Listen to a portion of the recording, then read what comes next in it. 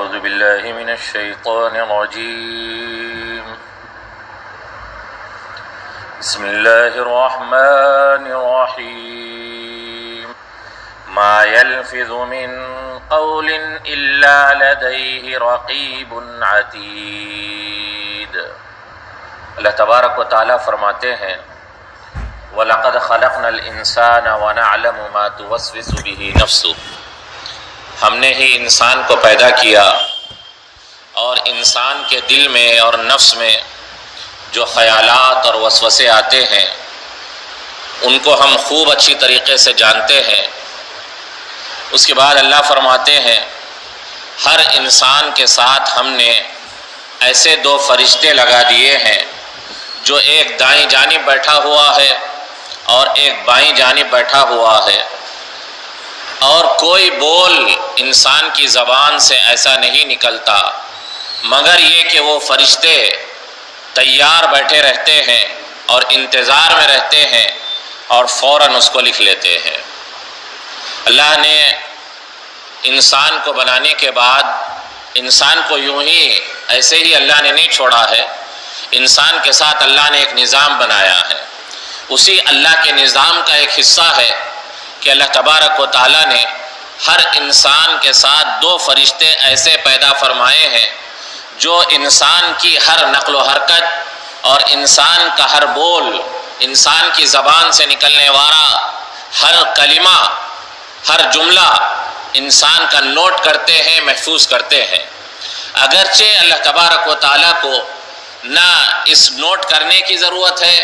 نہ اس کو محفوظ کرنے کی ضرورت ہے، لیکن انسان اتنا اللہ تبارک و تعالیٰ کا اور اللہ کی قدرت کا انکار کرنے والا ہے، اور انسان اتنا نکما واقع ہوا ہے کہ اللہ کے اس نظام کے باوجود بھی قیامت کے روز انسان انکار کر دے گا۔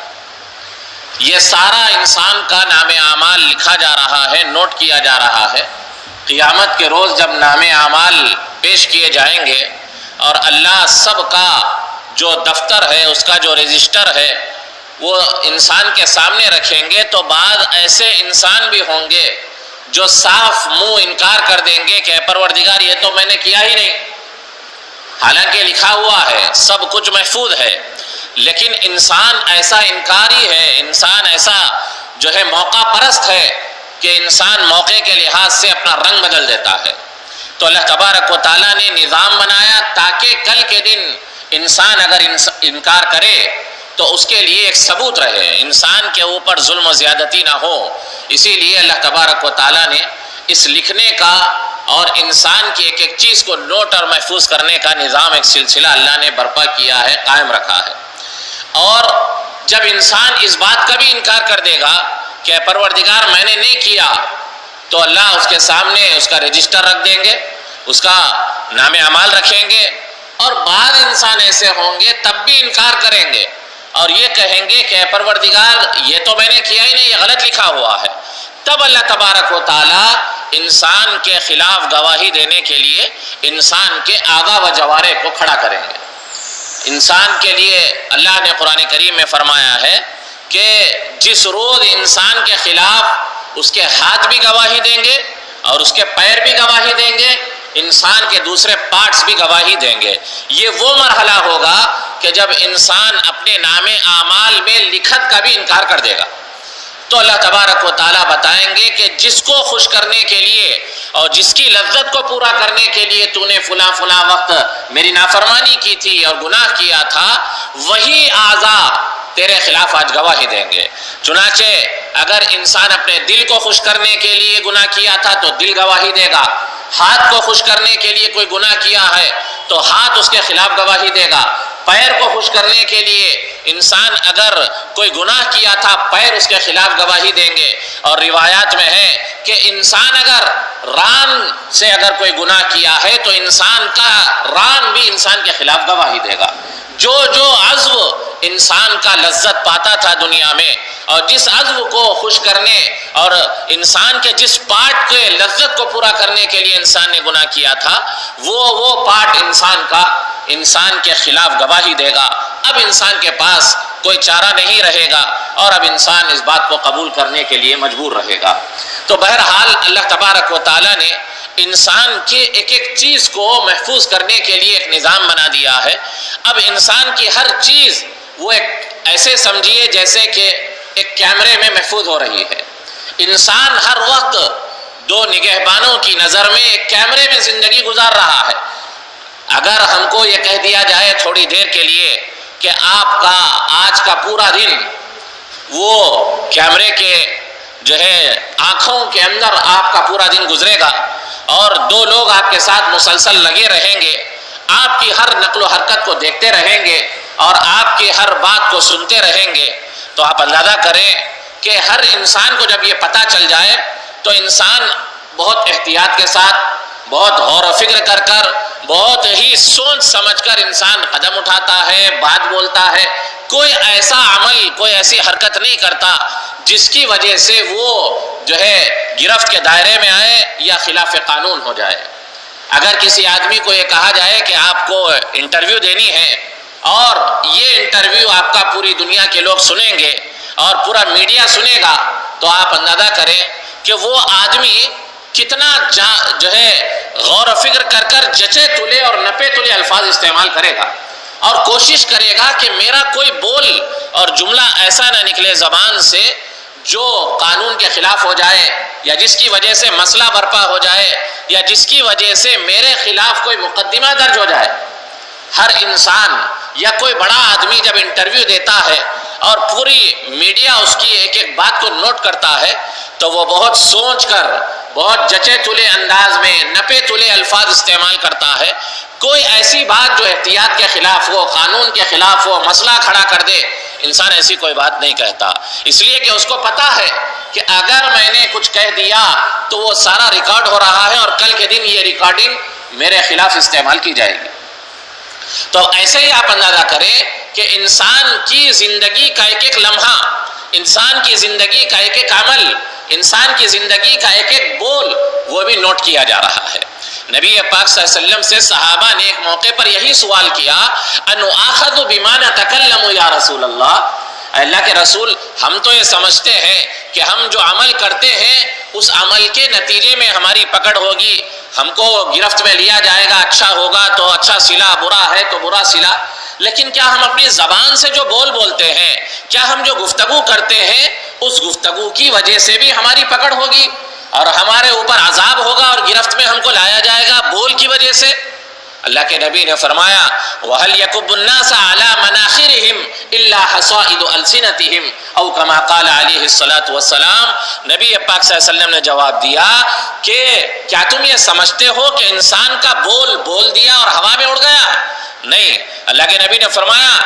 تم میں سے اکثر لوگوں کو ان کے منہ کے بل جو چیز جہنم میں ڈھکیلتی ہے وہ ان کی زبان سے نکلی ہوئی چکنی چپڑی باتیں ہوتی ہیں۔ انسان جو بے سمجھے اور اپنی زبان کا جو غلط استعمال کرتا ہے اور اپنی زبان سے جو ہے باطل بول دیتا ہے، ناحق کلمات استعمال کر لیتا ہے، کسی کا دل توڑ دیتا ہے اور کسی کے ساتھ ناانصافی کر لیتا ہے، اپنی زبان سے کسی کو گالم گلوچ کر دیتا ہے، تو یہ چیزیں ایسی ہے اللہ کے نبی نے فرمایا انہی چیزوں کی وجہ سے انسانوں میں سے اکثر لوگوں کو جہنم میں ان کے منہوں کے بل الٹا ڈھکیل دیا جائے گا اور جہنم میں گرا دیا جائے گا۔ تو نبی پاک صلی اللہ علیہ وسلم نے بات بتائی، ایک ایک بات انسان کی ایسی ہے جو نوٹ کی جا رہی ہے اور ایک ایک بات انسان کے نام اعمال میں ڈالی جائے گی۔ اگر انسان نے خیر کا کلمہ استعمال کیا، اچھا بولا، دل کو جوڑنے والی بات کہی، حق بات کہی، انصاف کی بات کہی اور انسان نے ہدایت کا کلمہ بولا تو وہ انسان کے نام اعمال میں خیر کے ترازو میں انسان کے وزن کو بڑھانے والا ہوگا۔ اور اگر انسان نے غلط بات بولی، انسان نے بیکار کا جملہ استعمال کیا اور اگر انسان نے ناحق بول دیا، ناانصافی والا جملہ کہہ دیا اگر انسان نے کسی کے دل کو دکھانے اور دل توڑنے والا اور رشتہ داری کو قطع کرنے والا جملہ بول دیا، گالم گلوچ کر لیا، ناحق کلمہ استعمال کر لیا، یہ نہ سمجھے کہ وہ بول دیا اور ہوا میں اڑ گیا اور ختم ہو گیا، نہیں، اس کو بھی نام اعمال میں ایک پلڑے میں رکھا جائے گا اور وہ بھی انسان کی برائی لکھی جائے گی، اس سے بھی وزن ہلکا بھی ہو سکتا ہے اور وزن بھاری بھی ہو سکتا ہے۔ ایسے وقت میں جبکہ انسان سب سے زیادہ محتاج ہوگا قیامت کے روز ایک نیکی کے لیے،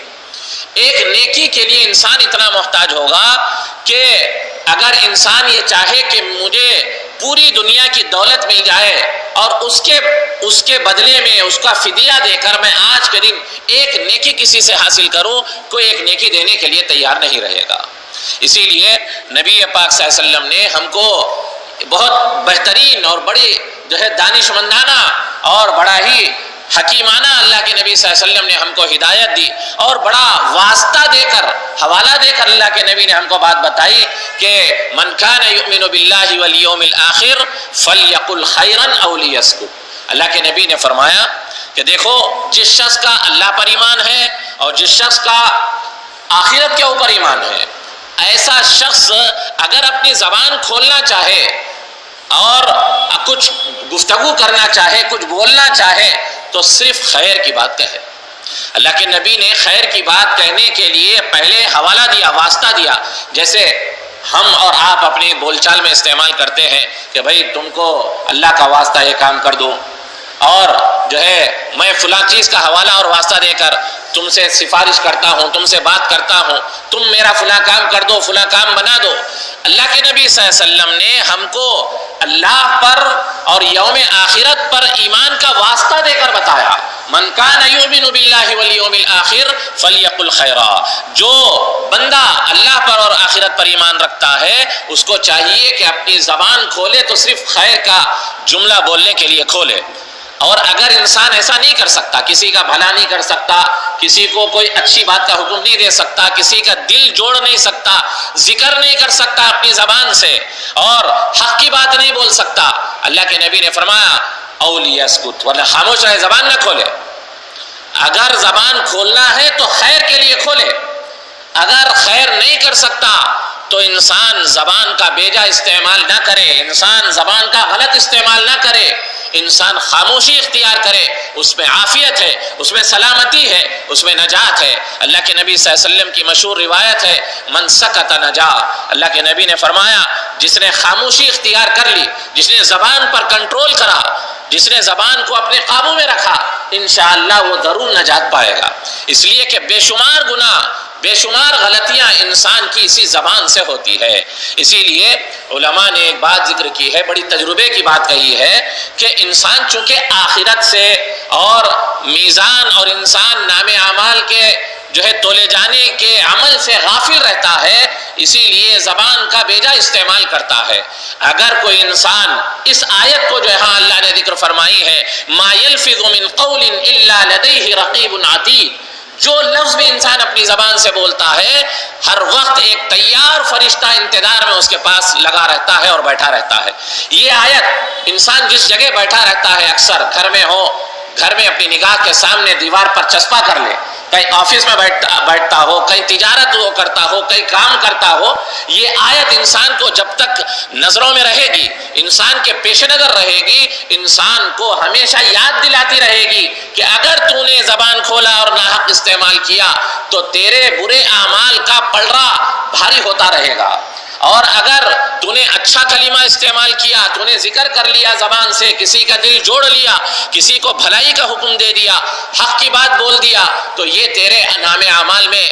اچھائی کے پلڑے کو بھاری کرنے والا عمل ہوگا۔ عام طور پر انسان زبان کا جو بیجا استعمال کرتا ہے وہ یہ سمجھتا ہے کہ زبان سے بول دینے کے بعد نہ اس پر کوئی گرفت ہوگی، نہ پکڑ ہوگی، وہ کہہ دیا ختم ہو گیا، اب میں آگے نکل گیا۔ نہیں، اللہ نے قرآن کریم میں فرمایا ہر چیز انسان کی نوٹ کی جا رہی ہے، ہر چیز انسان کی گرفت میں لائی جا رہی ہے، ایک وقت پر انسان کے سامنے ساری چیز کھول دی جائے گی۔ اسی لیے ہم اس آیت کو اس استحضار کے ساتھ اور اس بات کو ذہن میں رکھ کر کہ اللہ قرآن کریم میں فرماتے ہیں اپنے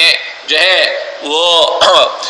سر کے اندر اس کو کہیں پر چسپا کر لیں لکھ کر آیت کو اور اس کے ترجمے کو، یا کم از کم دن میں ایک آدھ مرتبہ اس آیت کا ذہن میں استحضار رکھے کہ ہم نے قرآن کریم کی ایک آیت پڑھی تھی، اس آیت کے اندر اللہ یہ فرما رہے ہیں، تو انشاءاللہ بہت جلد وقت میں انسان اپنی زبان پر کنٹرول کر لے گا اور اپنی زبان کو قابو میں رکھنے کی کوشش کر لے گا۔ لیکن اگر انسان نے اس کی طرف توجہ نہیں دی تو جو ہمارا انداز ہے، جو ہمارا طریقہ کار ہے، رویہ ہے، زبان کو یوں ہی چھوڑ دیتے ہیں اور زبان کا بیجا استعمال ہماری خود اپنی ذاتی زندگی کو بھی تباہ کر دیتا ہے اور دوسروں کو بھی تکلیف پہنچاتی ہے یہ زبان۔